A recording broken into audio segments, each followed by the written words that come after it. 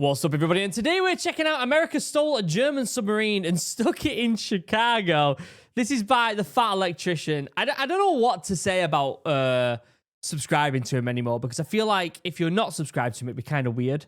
There's a link down below. He's at 1.92 million subscribers. Let's get him to 2 mil. He deserves it. He's one of the best channels, if not the best channel on YouTube, in my opinion. I absolutely love his content. So I'll leave a link down below to the OG stuff. Someone sent me this, and I read the title of it, and I'm thinking, for God's sake, what have America done now? What have they done now? Stole a German submarine and stuck it in Chicago? We'll watch it. We'll find out. Before we get started, though, check out Chug. 10% off. Link down below for the best drinking vessel in the world. These things are selling like crazy right now. They are going like crazy. You've got to check them out. Handmade here in the UK by a small business using sustainable materials. 10% off, link down below. Ships to America. Free customization. Free bag. You're not going to get a better deal anywhere else. And I cannot recommend them enough. They are absolutely fantastic. I've got 4 of them. Also, if you haven't already, you need to check out my new business that I'm working really hard on. One day, I will transition to doing this morale full time, and I won't be doing YouTube anymore. This is my passion. This is the thing I really want to do in the future. This is my business that's completely separate to YouTube, and I am genuinely passionate about it. The idea is just like every other big major drink company where they take the profits and sponsor extreme sports like Red Bull and Monster. We want to do something a bit more smaller and a bit more local here in the UK. We basically want to take the profits of this drink, or at least a good chunk of them, and support outdoor activities for the next generation, having them disconnect from the online world and reconnect with nature. How many kids do you know the names of trees outside now? Not many. In fact, I know a lot of adults that can't name trees or fungi or plants or anything like that. We need to get that education out there more about the outside world for the next generation. And if you're passionate about that, if you want to be part of the movement, check out the Instagram right here. If you're not passionate about it, if that doesn't interest you, don't bother. Don't bother. I only want to make a tight-knit community of people who are genuinely passionate about this. I would rather have 1,000 people following who are absolutely keen on this mission rather than 10,000 people who don't really care. Okay? So if that sounds like you, follow the Instagram. Other than that, let's see what the hell America's been up to now. You know what you call the only Type 9C German U-boat left in existence? America's. Today we're talking about the time that America stole an entire German submarine and then stuck it in the middle of Chicago. I mean... Is this an old video? Look at his office. How old is this? 2 years old? When America strategically transferred a piece of equipment to an alternate location. But first, a word from our sponsor. This video is brought to you by Warwood Tools, a family... I gotta skip the sponsor, unfortunately, guys. Sorry. No, during World War II, American supply lines to the European theater were absolutely devastated by German U-boats, aka submarines. These German U-boats are credited with sinking over 2,700 American ships, totaling in over 14 million tons of American ships and supplies that were put at the bottom of the ocean. Wow. Because of this, America would form what is known as hunter-killer groups, task forces of American ships who were sent out, and their entire job was to hunt and destroy these enemy submarines. Because that's just how America gets down. We don't believe in self-defense, we believe in self-offense. It's way more efficient. And that's pretty much all the context you need. So, April 4th... Speaking of self-offense, didn't Trump just rename the DOD to the Department of War? Gonna get a rebranding in, aren't we? We're gonna get a rebranding done. 1944, a hunter-killer group known as Task Force 22.3 would set out, engage, and destroy the German U-boat 515. Absolutely everything went according to plan. Nothing was out of the ordinary. They hit it with depth charges, critically wounding the submarine, forcing it to surface one last time to allow the crew to escape before the submarine would sink below the ocean waves forever. But it was on this particular day that the American commander Daniel Gallery would take unique notice of the fact that the German submarines always surfaced to allow their crew to escape, and he decided that he was going to do something unprecedented, something that no American sailor had done since 1815. He was going to send out a boarding party and steal that enemy submarine. He immediately puts a plan into action, assembling 2 separate boarding parties, each to be comprised of 1 officer and 8 enlisted men. And these 8 enlisted men are going to be the top 8 guys that you would absolutely want on hand to be able to address any problem that could arise with keeping this submarine from sinking to the ocean floor. This is legit like the task of what the Royal Marines were founded for. The original Marines was boarding parties. That's literally what they were founded for. And I'm not saying they used Marines for this, US Marines, but That's literally what the job description was back in the day. People like the electrician, the machinist, the boatswain's mate, the torpedo technician. Oh, and the photographer. Yeah, one of the 8 people going on the extremely dangerous and important mission is going to be a photographer. You got to do it for the gram, haven't you? Do it for the gram. Because, you know, pics or it didn't happen, right? Yeah, America's exactly. About to do some gangster shit. You best believe we're going to designate somebody to stand in the corner with the camera and yell "World Star" while we do it. June 1st, 1944, Task Force 22.3 receives intel that there's an enemy submarine operating off the coast of Africa. That submarine would turn out to be U-Boat 505, and they would head to it immediately. And this poor U-Boat has absolutely no idea what's coming for it, because at this point in time, this task force is comprised of the flagship and escort carrier, the USS Guadalcanal, as well as 5 destroyer escorts, the USS Pope, the Pillsbury, the Jinx, the Chatelaine, and the Flaherty. And if you don't know what a destroyer escort is, at this point in time, it is a ship that has one job and one job only, and that is to fuck up enemy submarines. Okay, this hunter-killer group is rolling up on this U-boat like Debo on a beach cruiser. Somebody's about to have a bad day, and it's probably not going to be them. I tell you what, World War II is just, like, some of the stories are insane, aren't they? Absolutely insane. Oh, shit.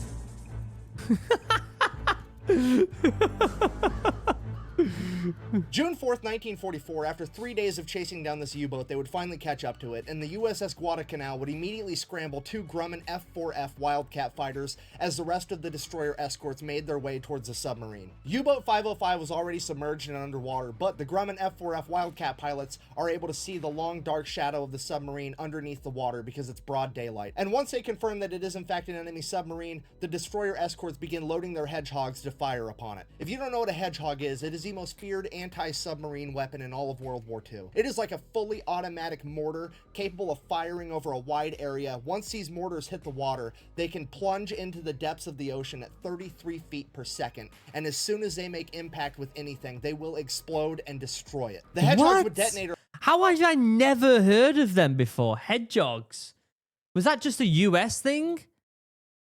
That sounds like a great bit of kit. Early, not scoring a direct hit, but still rocking and damaging the submarine, jamming its propeller, and putting out its lights. Quickly realizing they hadn't done enough damage, the destroyer escorts above would begin launching depth charges. The depth charges would rupture the hull of U-Boat 505, and the entire submarine would be forced to surface one last time as a hatch would open, and all the German sailors would begin flooding out onto its deck and into life rafts. At this point, the American boarding party grabbed their Tommy guns, hopped in their whaling boat, and made their way over to the submarine. They received no resistance from the Germans as they made their way down the hatch into the sub and began working on it to try to save it. Okay, timeout. I need to make sure that you fully grasp how ridiculous what these 9 Americans are about to do actually is. Okay, you have a German U-boat that is so critically damaged that the 50 men that have been living on this U-boat, that have been trained on this U-boat has controls in their language and in their units of measurement. And they have decided cumulatively that, hey, this thing is so damaged that we need to run for our lives. And then while they were evacuating, they would also place scuttling charges, which are large explosive devices that detonate, ensuring that the ship sinks so that America can't retrieve it.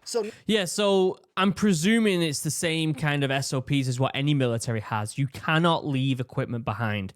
Equipment it's so valuable for information alone that leaving a bit of equipment behind, the biggest thing is leaving comms equipment behind. That is a massive no-no. And so for the most part, if they've got equipment, they'll try and destroy it more than anything. That happens across the board in military, if you weren't aware. Not only is the situation so bad that 50 of them can't fix it, but they made the situation worse on their way out. And you now have 9 Americans, one of which is a fucking camera guy, going in there to do what they couldn't pull off. This mission is seemingly impossible and borderline insane, but they do it anyways because America. So they get inside the sub and begin going to work immediately. The torpedo technicians and ordnance officers begin defusing scuttling charges as the electricians go to work at trying to get the bilge pumps back up and running to pump water out of the submarine. And the damage control men and the machinists begin working on plugging holes and getting the motor back up and running. And while all of this is going on, the officer in charge of the American boarding party, Lieutenant Albert David, notices that the submarine is sinking so fast that there is now water pouring into the open hatch on top. And it is at this moment that he has to make a split decision. He either has to get his men out and save their lives, or he has to shut the hatch and give them more time to work. But if they can't pull it off, they are all going to die in that. Yeah, if you shut that hatch and you're underwater, the pressure alone, you wouldn't be able to reopen it. submarine, and without thinking twice, he closes the hatch. A few minutes later, the second boarding party would board U-boat 505, and they would attempt to open the hatch to get inside the submarine and help, but the sinking submarine had created such a powerful vacuum that it was impossible. So they did the next best thing. They got a tow line, tied the U-boat 505 to the USS Guadalcanal, as the USS Guadalcanal began towing the now sinking U-boat. Holy Feeling that they were now shit. moving, the Americans on the What type of line would you have to use to tow that? Holy shit, they must have used some thick rope. Thick. inside had an ingenious idea. You see, the U-boat didn't have enough power for anything but lights. They were running entirely on batteries. The reason they didn't have power is because the propeller was jammed, and the propeller was jammed because they couldn't get the motor going again. So what they did was they disconnected the drive shaft between the motor and the propeller, allowing the propeller to free spin in the current of the USS Guadalcanal Makes sense. as it's being towed. This would turn the alternator, generating power and giving the U-boat enough power to activate its bilge pumps and begin pumping water out of it. I cannot stress to you my enough God. how fucking genius this was to do. That is so smart. That is legitimately so smart. Saved all of their lives for Wow. sure. And to be able to have the knowledge and wisdom to come up with a solution like that while you're actively fucking dying in a tin can under the ocean. The pressure of being able to think so creatively under extreme pressures. This is actually one of the big arguments I was saying between drones and manned aircraft. When you're in a dogfight, drones are going to be insanely good. But there's something about human creativity under pressure that sparks something that is just otherworldly. And when you get these insanely creative, smart people and put them in an environment where they have to think, they have to be creative, they come up with some ingenious ideas. And this is a prime example of that. Is incredible. So things are already looking up, but at a minimum, they have to get that hatch back open so that the first boarding crew can escape if they absolutely need to. So the second boarding crew, with their Tommy guns, proceeds to pluck one of the Germans out of their life raft and persuade him to activate the pressure valve, which is going to equalize the pressure inside and outside the sub, allowing them to open the hatch door. That happens, and the second boarding crew gets inside and also gets to work. And all this is going on, and there's 50 Germans sitting out there in life rafts like, fuck. Like, what do you do in that situation? You have just been outclassed on every conceivable level. Like, you were in combat, they damaged your ship to the point that you couldn't fix it, so then you tried to rage quit and blow up your own ship, and then they're like, no, I've changed my mind. And then they went in there and made it so you couldn't even sink your own ship. At this point, the rest of the task force goes around plucking all the Germans out of their life rafts because they are now prisoners of war, as Commander Gallery comes to the conclusion, fuck it, we're just gonna have to tow this sinking submarine while it's actively sinking all the way to the nearest American port, and we're just gonna have to have sailors in there working 24/7 around the clock to try to keep it above the waterline. Not a terrible plan, but the only problem is they're like 150 miles off the coast of Africa, and the nearest American port is 2,500 miles away, and if that wasn't bad enough, it's in fucking Bermuda, you know, where the whole triangle thing is. I mean, That thing that, Bermuda Triangle that I always thought as a kid was way more important than it actually is. Like, why as a kid, I heard about the Bermuda Triangle and thought, why are we not doing more about this? Why are we not trying to figure this out? All the adults are just like, yeah, it's this triangle that just seems to be an absolutely deadly place of the ocean. And as a kid, you think it's like quicksand. As a kid, you think it's a bigger problem. Like, people are really struggling with quicksand out there.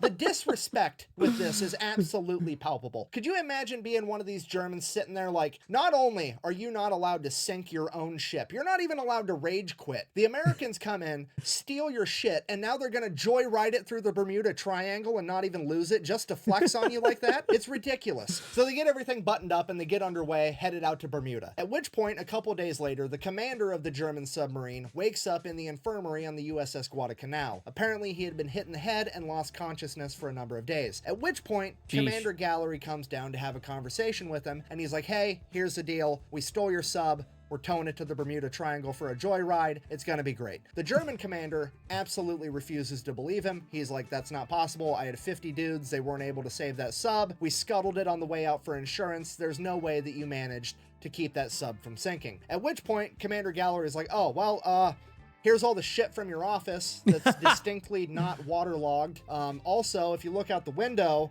we're towing your submarine behind us right now. At which point the German officer completely loses his shit. He starts crying. He's completely inconsolable. He's like, when my chain of command finds out that this happened, they're going to torture me and then they're going to kill me. Or the other way around. I don't know. This is absolutely terrible. But Commander Gallery, being the cool guy that he is, he's like, hey, buddy, pal, friend, you're going to sit in a nice POW camp for the duration of the war. We're going to win, and by the time you get to go back home, you're not going to have a chain of command, and all of your leadership infrastructure is going to be completely dismantled. I wouldn't worry about it. Didn't really make him feel better, but I thought talk about like absolutely just like destroy this guy's sense of being.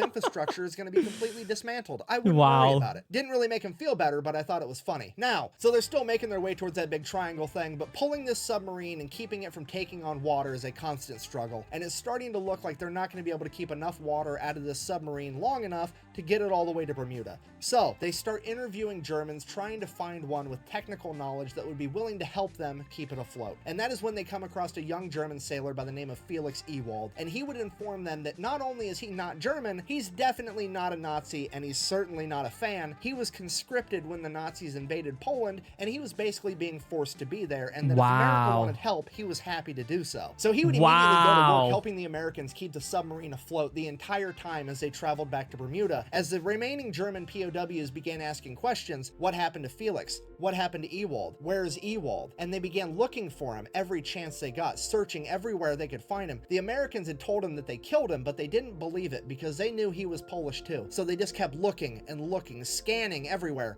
And this would be the inspiration for the childhood book, Where's Waldo? I'm just kidding, I made that part up. Anyways, with the help of Felix, they managed to tow this submarine all the way to Bermuda. They get it fixed up. It's definitely not going to sink, at which point... In all seriousness, I wonder where the inspiration for Where's Waldo came from.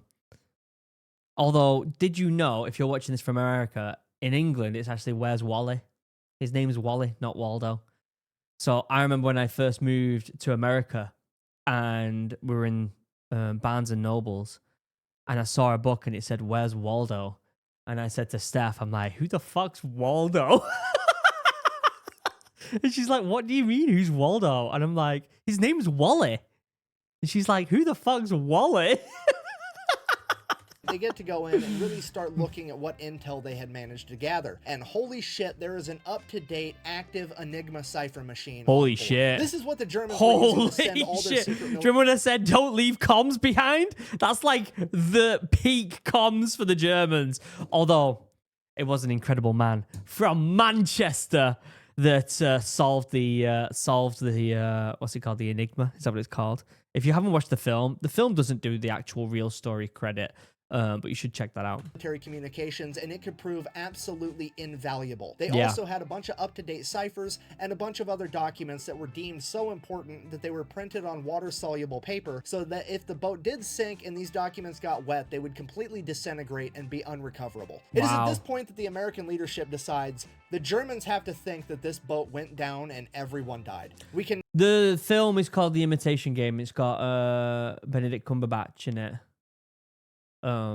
I just remember what the name of the film was. Not let them know that we have this information, because now we're going to be able to decode all of their secret transmissions, and we don't want them to change the code. So they take U-Boat 505, they actually paint it to look like an American submarine, and then start referring to it as the USS Nemo, which if you don't know is Latin for no one. They then take all the German POWs from U-Boat 505, send them to Louisiana, where they are going to be completely segregated from all the other POWs, so nobody knows who they are or where they came from. All the American sailors are then ordered to turn over all of the souvenirs that they gathered out of U-Boat 505 and to shut the fuck up about it. And as far as anyone on the planet needs to be concerned, this U-boat is at the bottom of the Atlantic Ocean, 150 miles off the coast of Africa. Nobody can know that we have this. Buh! If those Germans weren't allowed to write home through the Red Cross, that's technically a Geneva Convention violation. Buh! First of all, when you're on the winning side, those aren't actually rules, they're more like suggestions. The code is more what you'd call guidelines than actual rules. Secondly, Well, I think this would have been more about the secrecy of wanting to know information, and so yes, that would be against the Geneva Convention. But I think during a time of war, if it means having the upper hand on information, they definitely would have made that sacrifice. Just be honest here. If you were a POW in World War II and the worst thing that happened to you is you weren't allowed to write home while you were being well fed and treated with dignity, True. you came out on top. Yeah. All right, so somehow the United States manages to keep this thing a complete secret until May 7th, 1945, when Germany issues their unconditional surrender. And it is at this point that the smack talking can now commence, because now we are going to take this submarine, you know, the only remaining Type 9C German sub left on the planet, even though they manufactured hundreds, we sunk all of them, except for this one. Now we're going to drive that bitch to Philadelphia and use it to raise funds, and anybody that buys a bunch of war bonds can get a guided tour of this German sub. Wow. Because a lot of people quit buying war bonds after Germany surrendered because they thought the war was coming to an end and we were still fighting the war in the Pacific against the Japanese. So this was like a huge fundraising opportunity, and that's exactly what they did. They sold I wonder if this is still available to see. I wonder if you can still go see this U-boat. a ton of war bonds. As soon as that started slowing down, hey, we'll tow it to another major U.S. city. They towed it up to New York. Then New York bought a bunch of war bonds. And then World War II would finally come to an end when Japan issued their unconditional surrender. And now we've got this German submarine and we don't know what to do with it. So the U.S. government does what the U.S. government do, and they're like, hear me out. What if we shot nuclear bombs at it for science? Guess we don't have it anymore. Oh my At which point, days. Commander Gallery, who's now an admiral, chimes in and is like, no, I stole that thing fair and square. We're keeping it. So he ends up orchestrating a deal with the city of Chicago where the U.S. government will donate the submarine to the city of Chicago as long as the city pays to have it shipped all the way there. And that's exactly what happens. They took a Type 9C German submarine, the whole thing, in one piece, and put it in Chicago, you know, like the major city that's the most inland of any other city in America. It's literally fucking 2 Germanys into America. Yes, that is to scale. An incredible logistical feat is the icing on the cake for one of the most amazing and utterly disrespectful stories to ever come out of World War II. And I'm happy to say that it's Hold on. That is not to scale. amazing. Yes, that is to That is not to scale. Actually, yeah, it might be, actually. Oh, yeah. Yeah, it actually might be. I thought it was just, yeah, that's definitely to scale. scale. An incredible logistical feat is the icing on the cake for one of the most amazing and utterly disrespectful stories to ever come out of World War II. And I'm happy to say that if you would ever like to go see U-Boat 505, you still can, because it is still in Chicago today Wow. at the Museum of Science and Industry, where it currently sits as a proud member of the second largest navy on the planet, America's fleet of museum ships. Thank you for watching. Best way to support the channel is go buy some merch at thefatelectrician.com. Quack bang. Out. On June 19th, That's the insane. U-505 was towed into Bermuda, and there remains as a prize of war, one less wolf to hunt with the pack. You know what you call the Absolutely insane. What a great story by the Fat Electrician, as always. I'd love to go see that. I would absolutely love to go see that. The fact that they towed it that far blows my mind. Thank you to the Fat Electrician for putting out some incredible stories, because he's genuinely really good. There's a link down below to the OG video. Check out Chug, 10% off. Link down below if you want the best stringing vessel in the world. And also, check out the Instagram for morale. Other than that, I love you all. Have a wonderful day. Goodbye.